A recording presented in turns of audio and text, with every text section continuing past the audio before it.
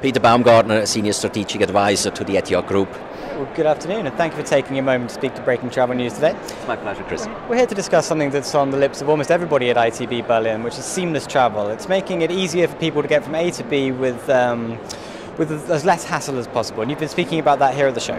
Well, it's indeed a very actual topic, and I had the pleasure to support WTTC yesterday at a panel, because I think it is a topic that really deserves the support for all our industry bodies that try to bring us as an industry, and that's not just the aviation industry, it's a travel industry as a whole, to come together and work on shared standards into the future. And I have to say, I have to commend the initiatives, by IATA, by WTTC to create these standards, whether it is NDC, very much driven by, supported by IATA, that really allow us to break out of legacy infrastructure, legacy technology and related processes, to embrace, at the end, the fourth industrial revolution and the digital technology, digital transformation towards making travel more seamless, but also the promotion of our content, of our product, the distribution of it,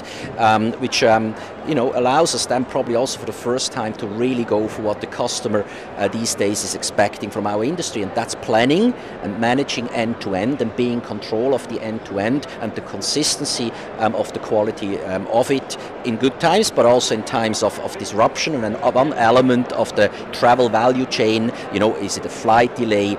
Is it the ground transportation that doesn't unfold the way it has been planned? So that not the whole value chain falls apart, and that's what seamless travel is about.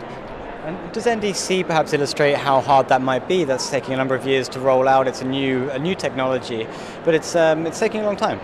Well, yes and no. I mean, I agree with you, given our aspiration and kind of the expectation of the consumer towards our industry. It takes an awful long time. But when you look at the complexity of that has to be broken up and replaced, I think there is good progress. But even more so important that we as an industry collectively are coming together. There are huge challenges when it comes to, for example, data is king, right?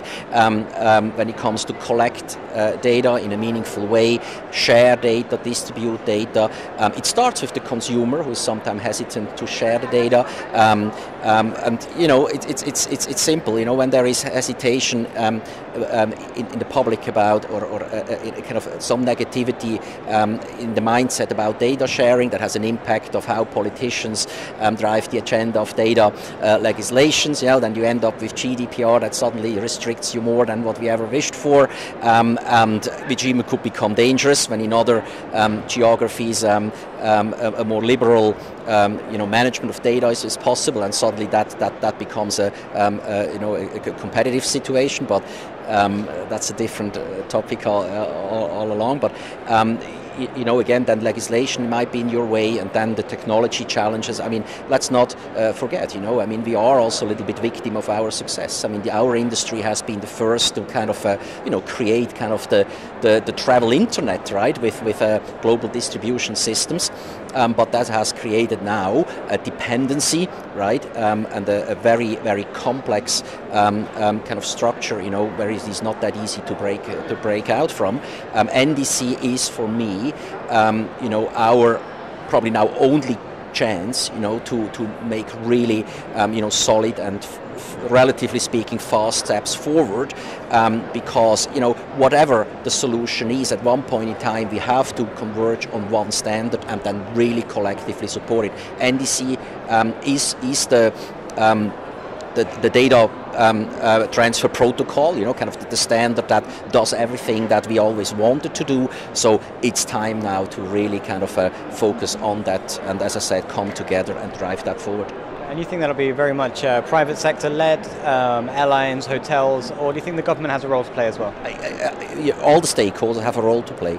I mean, when you look at what the growth projections are of our industry, right? That growth only happens when we find solutions to current challenges where the solutions are not yet on the table, right? Otherwise, that growth will not happen, right?